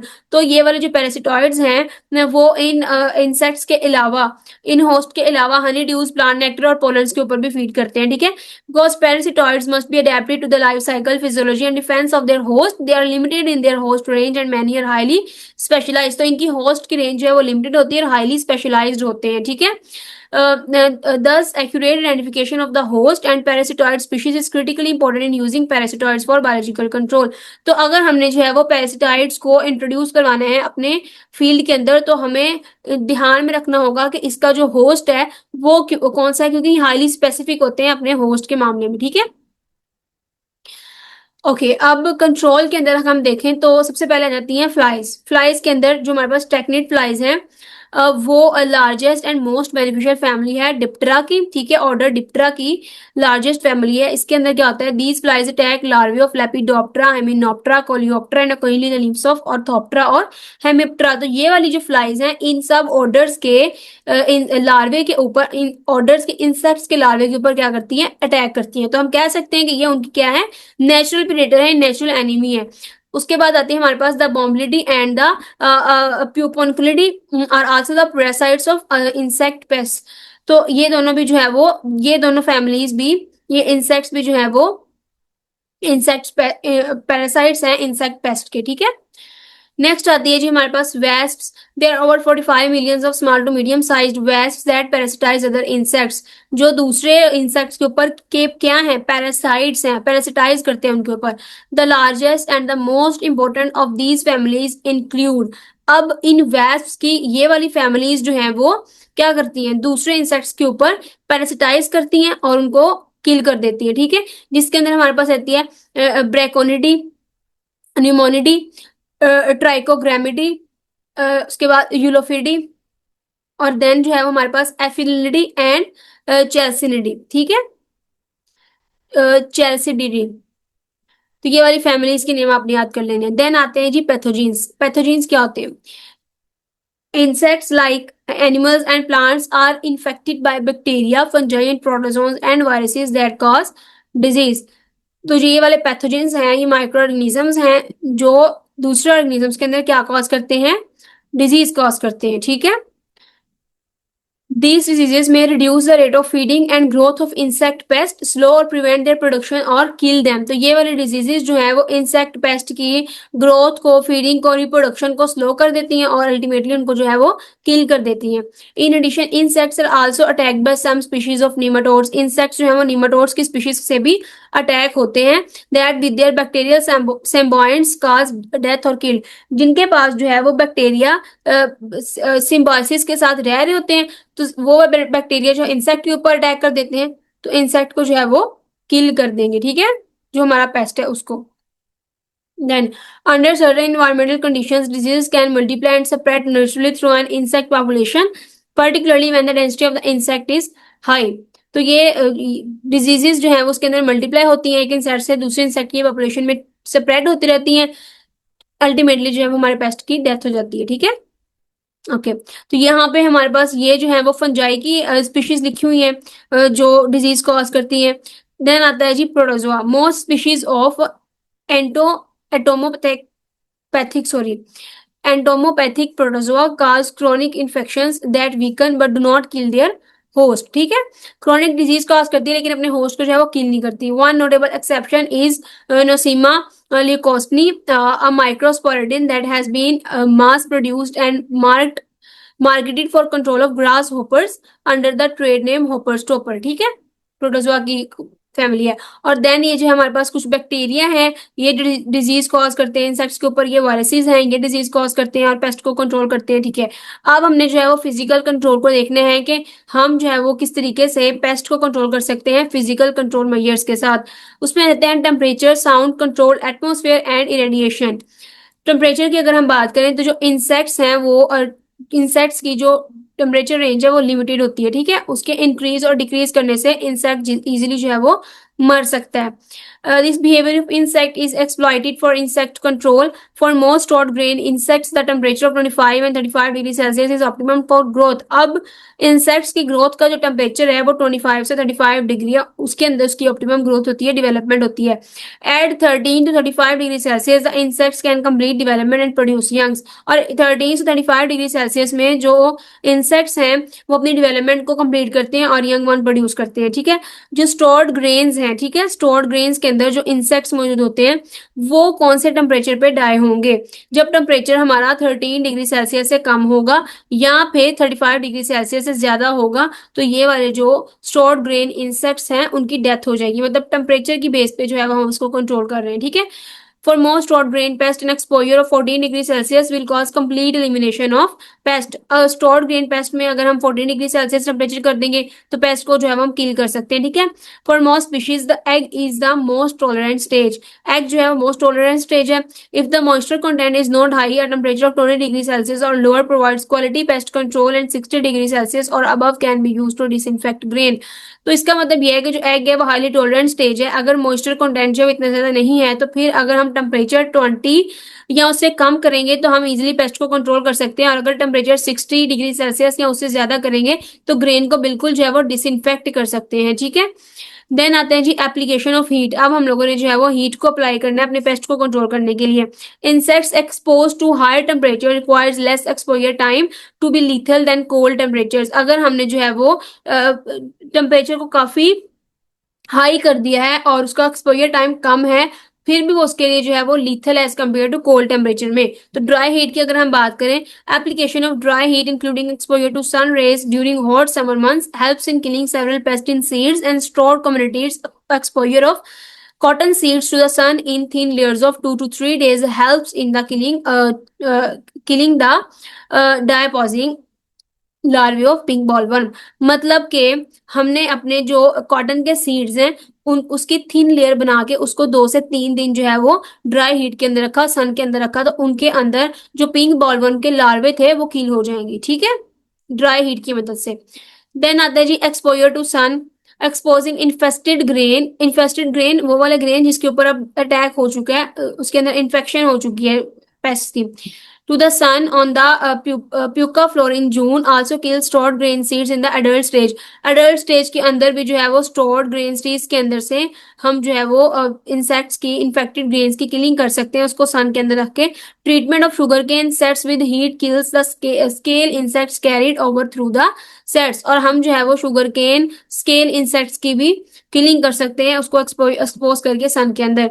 Then radio frequency energy of the electromagnetic spectrum generally accepted to be between 1 and 100 megahertz. ये आपने जो है इसकी फ्रीक्वेंसी याद रखनी है. causing the heating of stages. इससे जो है वो हम स्टेजेस को क्या कर सकते हैं, हीट कर सकते हैं इस फ्रीक्वेंसी की रेडियो फ्रीक्वेंसी एनर्जी यूज करके. Then biological material specially wood stored grains and food stuffs को भी जो है हम डिसइंफेक्ट कर सकते हैं इस किस्म के पैथोजन से. ठीक है, this aspect has been found to have potential for insect control. The thermal tolerance of the host must be lower than the pest to create differential heating. Then other is superheating of empty godons to a temperature above 50 degrees Celsius or 10 to 12 hours kills the hibernating stored grain pest. अब जो है वो stored grain paste के अंदर जो hibernate कर रहे हैं, पेस्ट हाइबरनेटिंग कंडीशन में है, उसको भी हम किल कर सकते हैं 50 डिग्री सेल्सियस से टेम्परेचर ऊपर रखे, और उसका ड्यूरेशन हमने 10 से 12 आवर्स का रखना है, ठीक है। देन आता है स्टीमिंग, हम फ्रूट्स को और वेजिटेबल्स को स्टीम करके भी जो है वो उसको डिसइंफेक्ट कर सकते हैं इंसेक्ट से। देन आ जाता है जी हमारे पास एप्लीकेशन ऑफ कोल्ड, कि हम कोल्ड में मतलब उसको ठंडा इन्वायरमेंट देकर किस तरीके से उनके अंदर से जो मेटाबॉलिक प्रोसेसेस हैं, उनकी जो ग्रोथ है, उनको उनको किल करना, उनको रोकना, ठीक है। The first use of cold temperature was in 1889 to control apple maggots. Apple maggots को कंट्रोल करने के लिए 1889 में सबसे पहले कोल्ड टेम्परेचर को यूज किया गया था। All eggs and larvae of Apple maggots were killed with in 35 days at 0 degree Celsius. 0 degree Celsius temperature करके एप्पल मैगट्स को जो है वो 35 डेज तक कोल्ड इन्वायरमेंट दिया, तो तमाम के तमाम एग्स और लार्वे जो है वो किल हो गए थे इसके अंदर, ठीक है। देन आती है जो cold storage.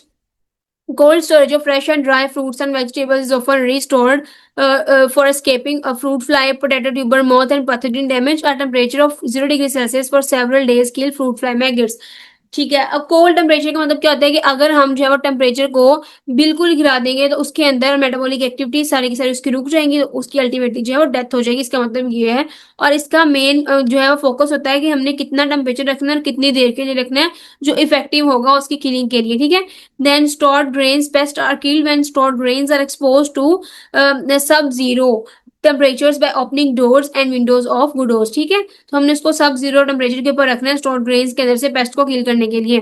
Then manipulation of moisture, अब हम मॉइस्चर के लेवल को अप एंड डाउन करके भी मॉस्किटोज की जो सॉरी पेस्ट की जो है वो किलिंग कर सकते हैं, ठीक है। Insects are highly sensitive to reduction in air moisture content, but manipulation of humidity is generally not feasible.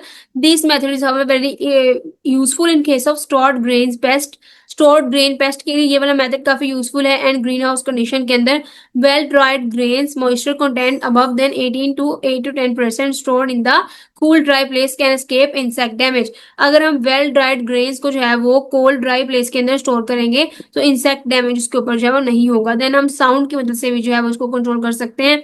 उसमें क्या रहता है, लो फ्रीक्वेंसी साउंड वेव्स को हम यूज करेंगे, cause adverse effect on the development of insects की development के ऊपर जो लो फ्रीक्वेंसी साउंड वेव्स है वो काफी इफेक्ट करती है, उसकी डेवलपमेंट जो है वो रोक देती है, ठीक है। The sound produced by males and the response of the females of a species to sound can be utilised for their control. मतलब मेल एंड फीमेल की जो है वो मेटिंग नहीं होने देंगी, जिसकी वजह से रिप्रोडक्शन नहीं होगी। रिप्रोडक्शन नहीं होगी तो हमारा जो पेस्ट है वो कंट्रोल में आ जाएगा, ठीक है। नेक्स्ट आता है जी केमिकल कंट्रोल। केमिकल कंट्रोल हमारी जो लास्ट प्रैक्टिस है, इसके अंदर हमने क्या देखना है कि अब हम जो है वो केमिकल्स को यूज करके, कौन कौन से केमिकल्स को यूज करके अपने पेस्ट को जो है वो कंट्रोल कर रहे हैं, ठीक है। It is a pest control using chemical pesticides. ये पेस्ट का कंट्रोल है आईपीएम में सबसे लास्ट पे हम इसको करेंगे, जब कोई भी पेस्ट जो है वो कोई भी कंट्रोल उसके ऊपर असर नहीं कर रहा, केमिकल पेस्टिसाइड्स को यूज करके। Pesticide is a chemical use to prevent, destroy और repel insects, so they kill pest and disease occurring on crop livestock. तो ये जो डिजीजेस, जो पेस्ट जो है हमारी क्रॉप के लाइफ स्टॉक को लग रहे हैं, उसको सबको ये किल कर देंगे ये वाले केमिकल्स, ठीक है। अब अगर हम पेस्टिसाइड की क्लासिफिकेशन करें तो अब हम उनको तीन जो है वो ग्रुप्स के अंदर डिवाइड करेंगे on the basis of sphere of activity. वो एक्टिविटी उसकी मतलब कौन सा पेस्टिसाइड किस चीज के ऊपर एक्ट कर रहा है। देन मोड ऑफ एक्शन क्या है, किस तरीके से जो है वो उसको किल कर रहा है। देन कौन कौन से केमिकल कॉन्स्टिट्यूएंट से मिलकर जो है ये बना है, ठीक है। सबसे पहले जो है वो हम क्लासिफिकेशन करेंगे on the basis of sphere of activity. So सबसे पहले आते हैं हमारे पास acaricides use to control ticks and mites. Ticks and mites को खत्म करने के लिए हम यूज करते हैं अकेरीसाइड्स, कार्बोफेनाथॉन, फेनाथियोन, ठीक है। इंसेक्टिसाइड से बेसिकली हमारा जो है वो लिंक है use to control insects. Insects को कंट्रोल करने के लिए जो हम चीज यूज करेंगे वो क्या है, इंसेक्टिसाइड्स। इसमें रहते हैं हमारे पास कार्बोफ्यूरन, ठीक है, पी ओ आना है इसकी जगह पे। देन आता है fungicides use to control fungal disease in plants. Plants के अंदर जो फंगल डिजीज होती है उसको कंट्रोल करने के लिए हम जो है वो फंगिसाइड यूज करते हैं। एग्जाम्पल में रहता है मिनाब। Herbicides use to control weeds. Weeds को कंट्रोल करने के लिए हर्बिसाइड्स। इसकी एग्जाम्पल में रहते हैं एमसीपीए। देन आते हैं निमेटिसाइड्स, निमेटोड्स को कंट्रोल करने के लिए, और इसकी एग्जांपल में रहता है हमारे पास फिनेमिफोस। और उसके बाद रिडेंटिसाइड्स, ये रैट्स को कंट्रोल करने के लिए केमिकल्स हम यूज करते हैं, कुमेरिन, ठीक है। तो ये डिफरेंट जो है वो पेस्टिसाइड्स की मोड ऑफ एक्टिविटी की बेस पे कि वो किस तरीके से जो है वो इसकी स्फीयर ऑफ एक्टिविटी के किन चीजों के ऊपर एक्ट करता है जाके। तो हमारा जो एंटोमोलॉजी की फील्ड है वो इंसेक्टिसाइड से बिलोंग करती है, क्योंकि ये इंसेक्ट्स को कंट्रोल करने के लिए केमिकल्स होते हैं जिसको हम क्या बोलते हैं, इंसेक्टिसाइड्स बोलते हैं, ठीक है। ओके, नेक्स्ट हमने देखना है mode of action. Mode of action क्या है कि किस किस तरीके से जो है वो जो हमारा पेस्ट है उसको किल करेगा। सबसे पहले है कॉन्टैक्ट पॉइजन। कॉन्टैक्ट पॉइजन का नेम ही आपने जो है वो उसके नेम से याद रखना है कि ये वाला इस तरह का पॉइजन होगा कि जब इंसेक्ट जो इसके कांटेक्ट में आएगा तो उसको जो है वो किल करेगा, ठीक है। The action of this chemicals follows action between the contact of the body of insect and the insecticide. मतलब इंसेक्ट की बॉडी और इंसेक्टिसाइड का आपस में कॉन्टेक्ट होगा, उसको किल करेगा। फॉर एग्जाम्पल, एक लीफ है, उस लीफ के ऊपर एक जो है वो मौत का कैटरपिलर जो है वो फीड कर रहा है। वो chewing and biting mouth parts होते हैं ना उसके, तो वो लीफ को खा रहा होता है, तो उसने बाइट करना है, च्यू करना है, उस लीफ को अपने अंदर लेकर जाना है, डाइजेस्ट करना है, तो उसको यूज करना है। तो अगर हम उस कैटरपिलर से छुटकारा हासिल करना चाहते हैं, उसको मारना चाहते हैं, तो हम क्या करेंगे, हम लीफ के ऊपर जो है वो इंसेक्टिसाइड जो है वो स्प्रेड कर देंगे सारा। जब उस लीफ के ऊपर स्प्रेड करेंगे, उस लीफ को कौन खाएगा, वो खाएगा इंसेक्टिसाइड, वो सॉरी कैटरपिलर खाएगा, ठीक है, उसका लार्वा खाएगा। तो वो जब खा लेगा तो वो इंसेक्टिसाइड जो है उसके साथ कांटेक्ट में आएगा, तो उसको जो है वो इनडायरेक्टली क्या कर देगा, किल कर देगा। तो इस किस्म के पॉइजन को क्या बोलते हैं, contact poison. Mode of action को क्या बोलते हैं, कॉन्टैक्ट पॉइजन। उससे कॉन्टैक्ट में है उसको किल कर दिया। और इसके एग्जाम्पल में आता है कार्बराइल। नेक्स्ट आता है जी सिस्टमिक पॉइजन। सिस्टमिक पॉइजन का मतलब ये है कि अब ये वाला पॉइजन जो है वो कंप्लीट सिस्टम के अंदर एंटर हो गया है प्लांट के। पहले बाहर था, बाहर वाले सरफेस पे था, उसके सिस्टम के अंदर नहीं गया था कॉन्टैक्ट पॉइजन में, लेकिन सिस्टमिक पॉइजन में उसके सिस्टम के अंदर एंटर हो गया। उसके सिस्टम से जो है वो एफिड्स वगैरह अब जूस को जो है वहां से सक करेंगी और अपने बॉडी के अंदर लेकर आएंगी और वो जो इसको किल कर देंगे, ठीक है। तो इन दोनों में डिफरेंस क्या है कि कॉन्टैक्ट पॉइजन के अंदर वो वाले इंसेक्ट्स किल किए जाएंगे जिनका biting and chewing mouth part है, और सिस्टमिक पॉइजन के अंदर उन वाले इंसेक्ट्स को किल किया जाएगा जो एफिड्स वगैरह हैं, जो सैप के ऊपर फीड करते हैं, ठीक है, डी सैप करते हैं, लीव को, उनके न्यूट्रिएंट्स को खत्म करते हैं। तो उनको जो है वो किल करने के लिए हम सिस्टमिक पॉइजन को यूज करेंगे, ठीक है। These chemicals move within the plant tissue and toxicity to sucking insects feeding on the plant saps, और इसके अंदर आ जाएगा कार्बोफ्यूरन। देन आता है फ्यूमिगेंट्स। ये जो है वो वेपर एक्शन से जो है वो एक्ट करते हैं। इसकी एग्जांपल में देते हैं मिथाइल ब्रोमाइड, ठीक है। नेक्स्ट आ जाते हैं केमिकल कॉन्स्टिट्यूएंट्स के, ये कौन कौन से केमिकल्स के साथ मिलकर बने हैं। सबसे पहले हम देख लेते हैं जी बोटेनिकल कंपाउंड्स में जो पायरेथ्रॉइड्स हैं, ये हमारे पास डेजी फ्लावर के साथ मिलकर बने हैं, ठीक है, जिसका नाम है क्राइसेंथिमम सिनेरिफोलम, ठीक है। सिंथेटिक ऑर्गेनिक कंपाउंड्स जो हैं उसके अंदर ऑर्गेनोक्लोरीन्स है, ऑर्गेनोफॉस्फोरस है एंड कार्बोमेट्स हैं। अब ये डिफरेंट जो है वो सिंथेटिक ऑर्गेनिक कंपाउंड, सिंथेटिक का मतलब जो होता है जो चीज इंसान खुद बनाता है, ठीक है, सिंथेसाइज की होती है, नेचर ने नहीं बनाई होती। तो वो सिंथेटिक ऑर्गेनिक कंपाउंड में सबसे पहले देते हैं ऑर्गेनोक्लोरीन्स। ये ऐसे इंसेक्टिसाइड्स है जिसके अंदर कार्बन, हाइड्रोजन और ऑक्सीजन होगी। इसके एग्जाम्पल में डीडीटी और एल्ड्रीन आ जाते हैं। Next organophosphorus, they are made up of the organic molecule containing phosphorus, और ये जो है वो ऑर्गेनिक मॉलिक्यूल से मिलकर बने, जिनके पास ये है फॉस्फोरस होता है, ठीक है। नेक्स्ट आते हैं carbamates, structurally esters of unstable carbonic acids. ये हमारे पास जो है वो कार्बोनिक एसिड्स के एस्टर्स होते हैं, स्ट्रक्चरली एस्टर्स होते हैं उनके कार्बोमेट्स, ठीक है। नेक्स्ट आते हैं जी माइक्रोबियल कंपाउंड्स। अब ये वाले जो इंसेक्टिसाइड्स हैं वो माइक्रोबियल कंपाउंड से मिलकर बने होंगे, ठीक है, मतलब माइक्रो ऑर्गेनिज्म से मिलकर बने होंगे। Commercially produced insecticides from the natural pathogens of insects like bacillus thuringiensis। Growth regulator compounds, novel compounds which inhibit synthesis in insects. अब ये वाले जो ग्रोथ रेगुलेटर कंपाउंड्स हैं ये नोवेल मतलब न्यू कंपाउंड्स है जिसकी वजह से जो इंसेक्ट की सिंथेसिस है वो रुक जाती है। इसमें रहता है हमारे पास एटाब्राई एप्लॉयड, ये कैबेज कैटरपिलर और ब्राउन प्लांट होपर को कंट्रोल करने के लिए हम यूज करते हैं। नेक्स्ट आते हैं synthetic pyrethroids. Synthetic pyrethroids are synthesized from the petroleum based chemicals. Petroleum based chemicals से जो है इसको हम सिंथेसाइज करते हैं, ठीक हो गया। अब नेक्स्ट आते हैं जी biopesticides. Biopesticides is a formulation made from naturally occurring substances that control pest by non-toxic mechanism and in eco-friendly manner। अब बायोपेस्टिसाइड्स, पेस्टिसाइड्स केमिकल्स हैं और बायो का मीन्स इसको लिविंग ऑर्गेनिज्म से जनरेट किया जा रहा है, तो हमने इसको बोल दिया है बायोपेस्टिसाइड्स, ठीक है, और ये इको फ्रेंडली होते हैं। बायोपेस्टिसाइड्स में भी ड्राइव फ्रॉम एनिमल्स, इसको जो है वो एनिमल्स से हम लेते हैं, ठीक है, प्लांट से हम ले सकते हैं, एक्सट्रैक्ट कर सकते हैं, माइक्रो ऑर्गेनिज्म से ले सकते हैं और लिविंग ऑर्गेनिज्म से जो नेचुरल एनिमीज होती है वहां से एक्सट्रैक्ट कर सकते हैं। इस वजह से हमने इसका नाम क्या रखा है, बायोपेस्टिसाइड्स रखा है, ठीक हो गया। Why pesticides are generally less toxic to user? User के लिए भी लेस टॉक्सिक है and are non target organisms, और उन ऑर्गेनिज्म के लिए भी टॉक्सिसिटी काज नहीं करते जिनको हम टारगेट नहीं करें, नॉन टारगेट ऑर्गेनिज्म है, वैसे जो है वो एटमोस्फेयर में घूम फिर रहे हैं, ठीक है, making them desirable and sustainable tool for disease management. और डिजीज मैनेजमेंट के अंदर ये जो है एक डिजायरेबल और सस्टेनेबल टूल जो है वो बन चुकी है अपने इस बिहेवियर की बेस पर, ठीक है। ओके, अब यहाँ पर जो है हम डिफरेंट टाइप्स को स्टडी करेंगे और वो किन इंग्रेडिएंट्स के साथ मिलकर बने उनको स्टडी करेंगे, और यहाँ पे उनकी जो है वो एग्जांपल्स लिखी हुई हैं, उनको ये आपने पेपर पॉइंट ऑफ व्यू से जो है वो अच्छे तरीके से याद कर लेना है कि ये वाले जो माइक्रोबियल पेस्टिसाइड्स हैं, ये बायोकेमिकल पेस्टिसाइड्स हैं, और ये जो है वो प्लांट इनकॉर्पोरेटेड प्रोटेक्टेंट्स हैं, ठीक है। तो ये जो है वो कौन से इंग्रेडिएंट्स से मिलकर बने हैं और उनकी जो एग्जाम्पल है वो क्या है, वो याद आप लोगों ने कर लेनी है, ठीक है। Okay, next application of pesticides. There are numerous ways, but knapsack sprayer is the most popular spray equipment. मतलब एक इक्विपमेंट होता है जिसके अंदर हम पेस्टिसाइड को डाल के, जो हमारा केमिकल होता है उसको डाल के स्प्रे करते हैं उसके ऊपर एप्लीकेशन के अंदर, ठीक है। नेक्स्ट हमने जो है वो केमिकल कंट्रोल के एडवांटेजेस देखने हैं। ये कॉस्ट इफेक्टिव होता है, इससे जो है वो इन्वायरमेंट को प्रोटेक्ट कर सकते हैं और प्रॉब्लम से जो है वो छुटकारा हासिल कर सकते हैं। उसके डिसएडवांटेजेस के अंदर क्या आता है, रिडक्शन इन बेनिफिशियल स्पीशीज, इसके अंदर जो है वो बेनिफिशियल स्पीशीज का भी लॉस हो जाता है। नॉन टारगेट ऑर्गेनिज्म भी इसको नॉन टारगेट ऑर्गेनिज्म को भी ये हिट करता है, including predators and parasites of pest, जो हमारे नेचुरल एनिमीज मौजूद होते हैं। Then residues in food for human and feed for life stock.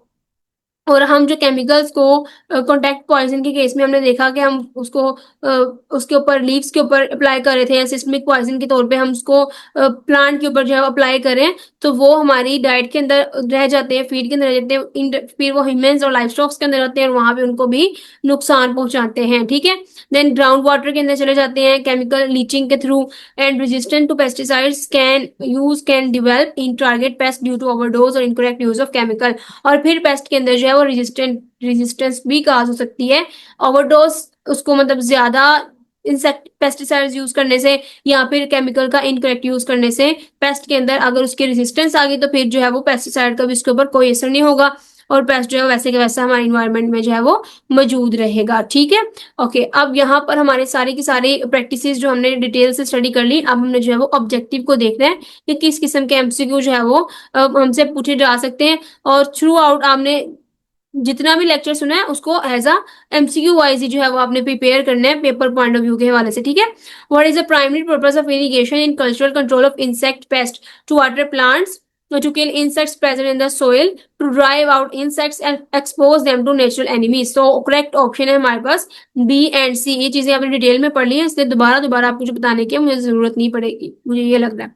How can control boll worms be shaken off plants, by dragging a rope over the plants and throwing them into standing water, by using pesticides, by manual removal, by using traps, ठीक है। By dragging a rope over the plant and throwing them into standing water, मतलब हम cotton bollworm से किस तरह जो है वो प्लांट से उसको रिमूव कर सकते हैं।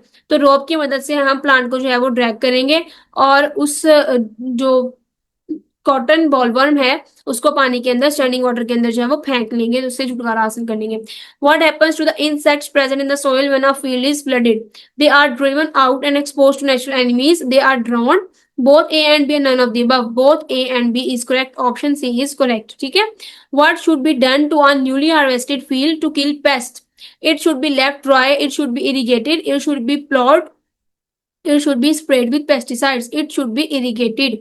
हार्वेस्टिंग न्यूली हार्वेस्टेड फील्ड के अंदर हमने जो है वो पेस्ट को किल करना है तो क्या करना होगा, ठीक है। What happens to insects when the temperature range is increased और decreased beyond the limited range, insect के केस में अगर टेम्परेचर कम या ज्यादा हो रहा है तो इसका इंसेक्ट के ऊपर क्या असर पड़ेगा, to become more active, they develop faster, they die fast, they become dormant, they die fast, उनकी जो है वो किलिंग होना स्टार्ट हो जाएगी। What is one of the disadvantage of chemical control in pest management, increase crop yield, reduction in beneficial species, improved soil fertility, enhanced biodiversity, reduction in beneficial species, which of the following is a consequence of chemical control in agriculture, increased groundwater purity, reduced residues in food for human and feed for livestock, reduced pesticide resistance, improved ecosystem balance, reduce residues in food for human and feed for life stock, मतलब वो हमारी food के अंदर जो है वो रह जाते हैं।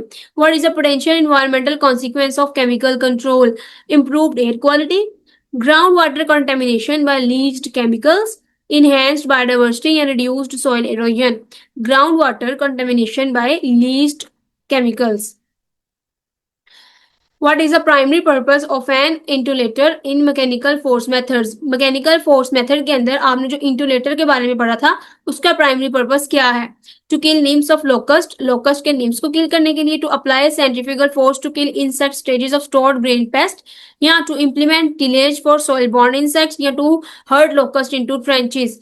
तो आपने जिसका फंक्शन पढ़ा था कि एक सेंट्रीफ्यूगल मशीन है जो सीड ग्रेन्स को जो है वो घुमाती है और उसके अंदर से जो है वो पेस्ट को रिमूव कर देगी, जो स्टोर्ड ग्रेन्स के अंदर पेस्ट लगे हुए हैं। तो इसका करेक्ट ऑप्शन कौन सा बना?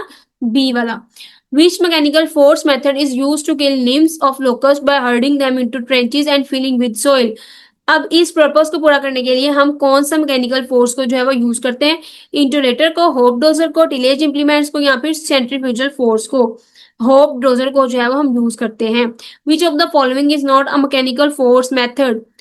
अब इसके अंदर से जो मैकेनिकल फोर्स मेथड है वो कौन सा नहीं है? इंटोलेटर है, होप डोजर है, टिलेज इंप्लीमेंट्स है, या फिर केमिकल पेस्टिसाइड्स है।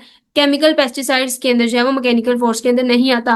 What is the range of the radio frequency energy that cause heating of stages biological materials specially wood, stored grains and food stuffs? तो आपने जो है वो रेडियो फ्रीक्वेंसी एनर्जी के अंदर जो उसकी रेंज पड़ी थी वो यहाँ पर आपने बतानी है। Between 1 and 10 megahertz, between 1 and 100 megahertz, between 100 and 1000 megahertz, and between 1000 and 10,000 megahertz। तो ऑप्शन जो करेक्ट है वो कौन सा है? बी है, 1 and 100 megahertz। What does integrated pest management combine? Integrated pest management के अंदर कौन सी प्रैक्टिसेस को जो है वो हम कंबाइन करते हैं? बायोलॉजिकल मेथड्स को, ओनली केमिकल मेथड्स को, या बायोलॉजिकल, कल्चरल या केमिकल प्रैक्टिसेस को कंबाइन करते हैं, या फिर फिजिकल मेथड्स को डिस्कस करते हैं? तो biological, cultural and chemical practices को कंबाइन करके हम जो है वो इंटीग्रेटेड पेस्ट मैनेजमेंट की अवेयरनेस लोगों तक पहुंचाते हैं। How do IPM program works? IPM program जो है वो किस तरह से काम करता है? सिंगल पेस्ट कंट्रोल मेथड है ये, या फिर series of pest management evaluation decisions and control है, या फिर स्प्रेइंग पेस्टिसाइड्स ओनली, या फिर नेचुरल प्रेडेटर्स के बारे में ये इन्फॉर्मेशन प्रोवाइड करता है? तो करेक्ट ऑप्शन कौन सा है? बी है, क्योंकि इसके अंदर हम जो है वो series of pest management, series of paste को कंट्रोल कर सकते हैं, उसको एवेल्युएट करके देन डिसीजंस करके उसको कंट्रोल करके। ठीक है। How does dry heat help in killing insects in seeds and communities?